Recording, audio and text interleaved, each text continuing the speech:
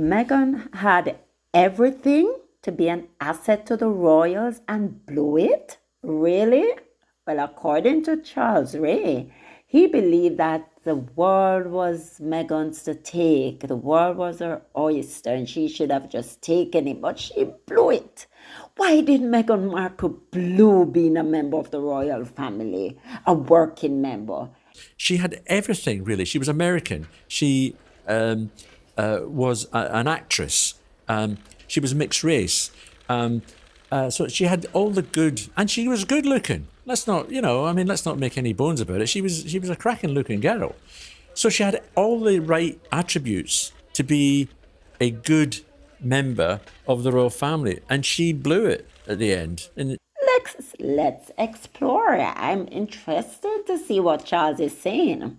So we know Meghan Markle's entrance into the royal family was initially met with enthusiasm and hope for a modernizing force within the centuries-old institution. And again, remember, Meghan didn't say she wanted to modernize it, but what she stood for, everything that she is, everything, her looks, everything, her background, everything was about modernizing the monarchy, right? She didn't say it, so let's be clear with that.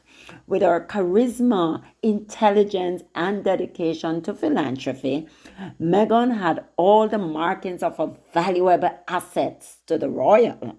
However, the dream of a harmonious union between Meghan and the monarchy quickly turned into a tumultuous saga, with blame often being placed solely at Meghan's feet. So unfair, right? We know this is not true. It's not Meghan's fault, but it's crucial to recognize the role that the British media played in shaping the narrative surrounding Meghan Markle.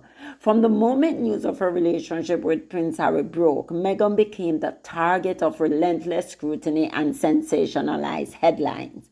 Tabloid newspaper peddled false narratives, perpetuated harmful stereotypes, and invaded her privacy with alarming frequency. And we talk about that on several of our videos to say, like, they invaded Meghan's privacy, they stereotyped her, they had a lot of false and malicious narratives about her, but yet still they're asking for grace and for peace for Kate, right? But they did all of these things because Meghan at the end said, I've had enough. I'm not going to be abused. I'm not going to be bullied. I'm going to be leaving this institution because it's not great for my state of mind, my mental health, my peace of mind. And she had to leave, right? Because if she didn't, we know what Harry said she would have done with herself. So she left for her mental health.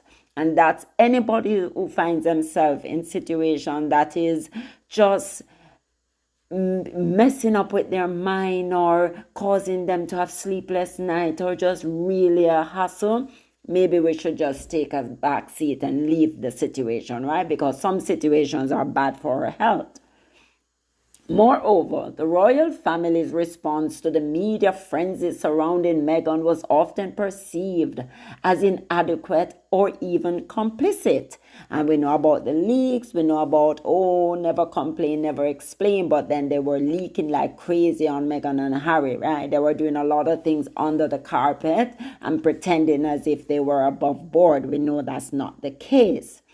The lack of a robust defense against the onslaught of negative press coverage left Meghan vulnerable and isolated within the royal household. The infamous Megxit saga, during which Meghan and Harry stepped back from their senior roles, can be seen as a direct result of the intense scrutiny, media scrutiny, and the lack of support from the institution.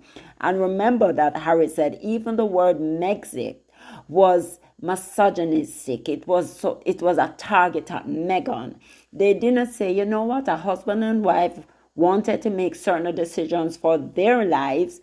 No. They blamed the woman. It was the woman's fault. She came and took away her prince, and she took her prince, her very beloved prince, and took him to America. So it was blaming the woman. It was like Delilah is the woman who did the wrong all this time. That's why they named it Megxit. Of course, we know it coincides with the word Brexit, and that was happening at the time, right?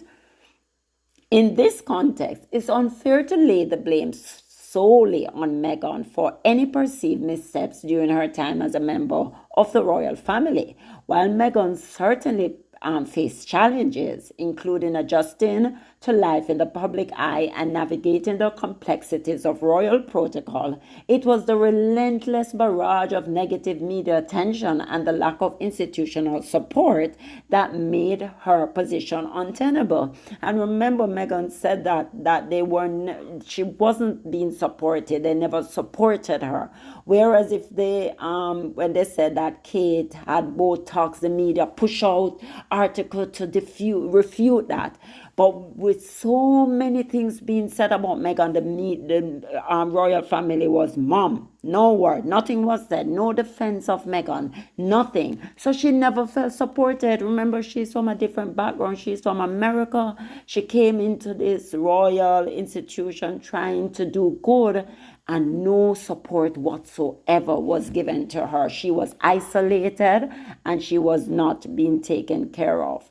Moving forward, it's imperative to learn from Meghan's experience.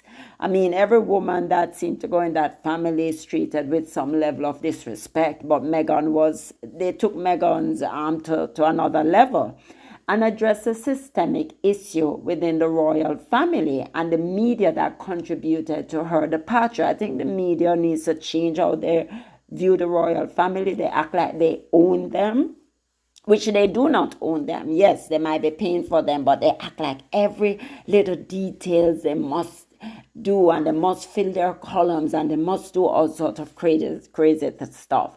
Rather than scapegoating Meghan, we should focus on creating a more passionate, compassionate, and supportive environment for all members of the royal family, ensuring that they can thrive in their roles without fear of persecution or vilification. And remember, Meghan said, it's not only good to survive, you must thrive. And that is what she and Harry are doing now in US. They're thriving. They're living their best life. They're doing it on their own terms. They're not surviving. They're not just in this bubble, this gilded cage trying to survive. They're thriving. And that is it. They have their mansion. When Harry used to knock up his head on the roof of his little cottage, now he's in a mansion. He can travel the world. He's in his own business. He's giving back to society. He's giving back to the less fortunate. So they are thriving. They're doing great for themselves. And it's always important to realize that, yes, we know the grass is not green on the other side, and we know there are going to be challenges, but sometimes the grass is green on the other side. Sometimes you have to take risk. And we know that Harry and Meghan took this risk, and they're doing great for themselves. So more power to them. And thank you guys for listening. Please don't forget to like. So when they're going to say Meghan would be an asset and Meghan would now be ruling because Kate is ill or William is out of commission, it could have been a beautiful situation with the four of them, four young, dynamic, beautiful couple taking on, two couples, of course, four individuals, taking on the world and bringing light to the royal family. But no, William and his jealousy had to come in and create this void, create this distance, create this animosity that wasn't needed. Right? He took Harry for granted. All this year, Harry looked up to him as a little brother, looked up to him, revered him. But there was a time when Harry had to say, I have to take care of me and my family. And my family is now Meghan and my two beautiful children. It's no longer being William's wingman, as they call it. Harry's William's wingman. No, Harry had to carve out his own future and his own life. So that's what I wanted to bring to you. So thank you guys for listening. Please don't forget to like, subscribe, turn on your notification bell. Bye.